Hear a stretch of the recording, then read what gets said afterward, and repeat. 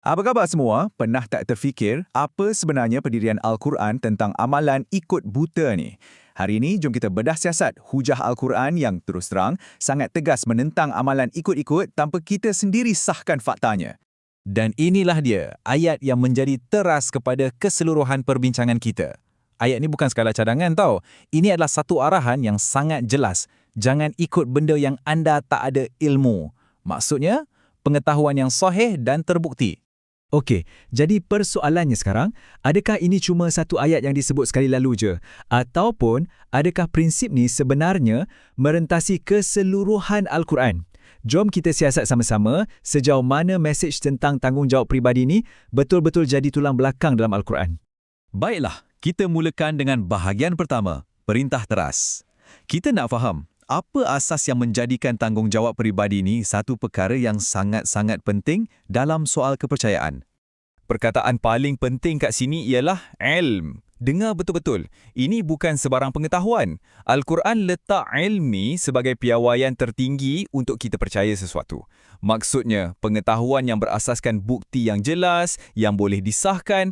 Pendek kata, ia adalah lawan mutlak kepada konsep terima je secara buta.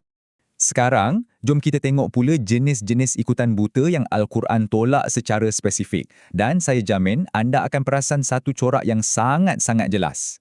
Dan alasan pertama yang paling popular sekali, kami ikut apa yang nenek moyang kami buat. Alasan ni Al-Quran serang secara langsung, berkali-kali pula tu. Cuba tengok betapa pintarnya Al-Quran patahkan hujah ni. Bila mereka kata, kami cuma ikut jejak nenek moyang kami. Al-Quran balas balik dengan satu soalan yang pedas. Oh, ya ke? Walaupun nenek moyang kamu tu tak faham apa-apa dan tak dapat petunjuk pun, kamu nak ikut juga? Nampak tak? Tuntutannya jelas. Sahkan dulu, jangan warisi buta-buta. Dan cuba hayati pilihan perkataan kat sini. Al-Quran gambarkan tindakan ni sebagai bergegas. Macam tergesa-gesa. Ia bukan gambaran warisan yang dihormati, tapi lebih kepada macam larian panik. Ikut jejak orang yang dah sedia sesat. Alasan kedua pula, alah semua orang buat macam ni. Ikut majoriti, ikut trend. Takkanlah semua orang salah kan? Ini satu lagi alasan yang tempang, yang Al-Quran tolak mentah-mentah. Ayat ni bagi amaran yang sangat padu kan? Kebenaran tu bukan ditentukan oleh undian populariti. Al-Quran kata, kebanyakan orang di muka bumi ni, mereka tak ikut ilm atau pengetahuan pun. Sebaliknya, mereka cuma ikut sangkaan semata-mata. Dan perkataan sangkaan ni membawa kita kepada konsep dhannun. Dhann ni, ia adalah lawan ketat kepada ilm. Kalau ilm tu fakta yang terbukti, dhann ni pula agakkan spekulasi teka-teki. Dan menurut Al-Quran, inilah tapak kepada kebanyakan sistem kepercayaan yang menyeleweng. Jadi, nampak kan coraknya sekarang? Al-Quran secara konsisten tanpa henti menolak semua asas kepercayaan ni. Ikut nenek moyang, ikut orang ramai, ikut sangkaan dan ikut hawa nafsu. Semua ni dianggap sebagai jalan yang tak sah untuk mencari kebenaran. Baiklah, kita dah tengok apa yang tak boleh. Sekarang, jom kita beralih kepada apa yang diperintahkan pula. Sebab ini bukan sekadar tentang jangan buat salah, tapi ia tentang wajib guna alat yang dah dianugerahkan kepada kita, iaitu akal kita sendiri. Dan di sinilah konsep akal masuk. Akal ni merujuk kepada akal fikiran kita, keupayaan kita untuk berfikir, faham dan buat pertimbangan. Dan Al-Quran letakkan akal ni sebagai, boleh kata, alat yang paling utama untuk mencapai iman yang sejati. Ayat ni memang menusuk kan? Perasan tak ia tak kata makhluk paling teruk tu yang tak beriman, tapi yang pekak dan bisu dari kebenaran, iaitu orang yang tak guna akal dia. Gagal untuk berfikir. Itu yang dikutuk sekeras-kerasnya. Jadi, macam mana nak buat benda ni? Prosesnya macam mana? Ayat ni terangkan dengan sangat praktikal. Ini bukan pasal taat buta. Ini proses aktif 3 langkah. 1.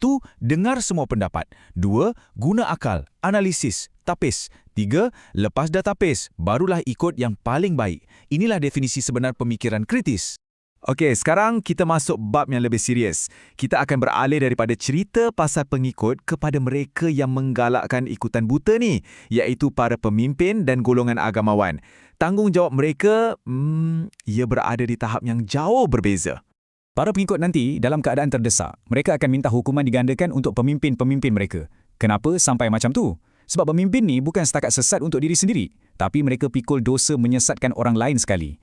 Dan Al-Quran sangat terperinci bila senaraikan kesalahan para pemimpin ni. Ini bukan tuduhan umum tau. Senarai pertuduhannya jelas. Sembunyikan ilmu, jual petunjuk untuk dapat habuan dunia, makan harta orang dengan cara yang salah, dan yang paling teruk, sengaja halang orang dari jalan Tuhan, sambil reka cerita bohong atas nama Tuhan. Di hari pembalasan nanti, Al-Quran gambarkan satu babak yang penuh drama. Pengikut-pengikut ni dengan terdesak cuba nak lepaskan diri. Mereka akan kata, "Ya Tuhan, kami cuma ikut ketua dan pembesar kami. Merekalah yang buat kami sesat." Tapi, para pemimpin ni pusing balik, mereka tuding jari pada pengikut. Kami ke yang halang kamu dari petunjuk? Bukankah kamu sendiri yang pilih untuk jadi jahat? Jadi, ia satu pusingan tuduh-menuduh yang tak berkesudahan, yang mana akhirnya semua orang kena tanggung sendiri. Dan inilah yang membawa kita kepada rumusan utama. Keseluruhan hujah ni tak kira pasal pengikut atau pemimpin, semuanya patah balik kepada satu perkara pokok, tanggungjawab pribadi yang mutlak. Pada akhirnya, ia adalah pilihan antara dua jalan. Di satu pihak, kita ada agama sebagai sistem ciptaan manusia yang bergantung pada orang tengah dan tradisi. Di pihak yang satu lagi, kita ada din, iaitu hubungan terus dengan kebenaran, menggunakan akal fikiran sendiri dan tanggungjawab terus kepada Tuhan. Jadi, kita kembali semula ke ayat pertama tadi. Sesungguhnya pendengaran, penglihatan dan hati, semua itu akan ditanya. Ini tinggalkan kita dengan satu soalan terakhir yang sangat peribadi.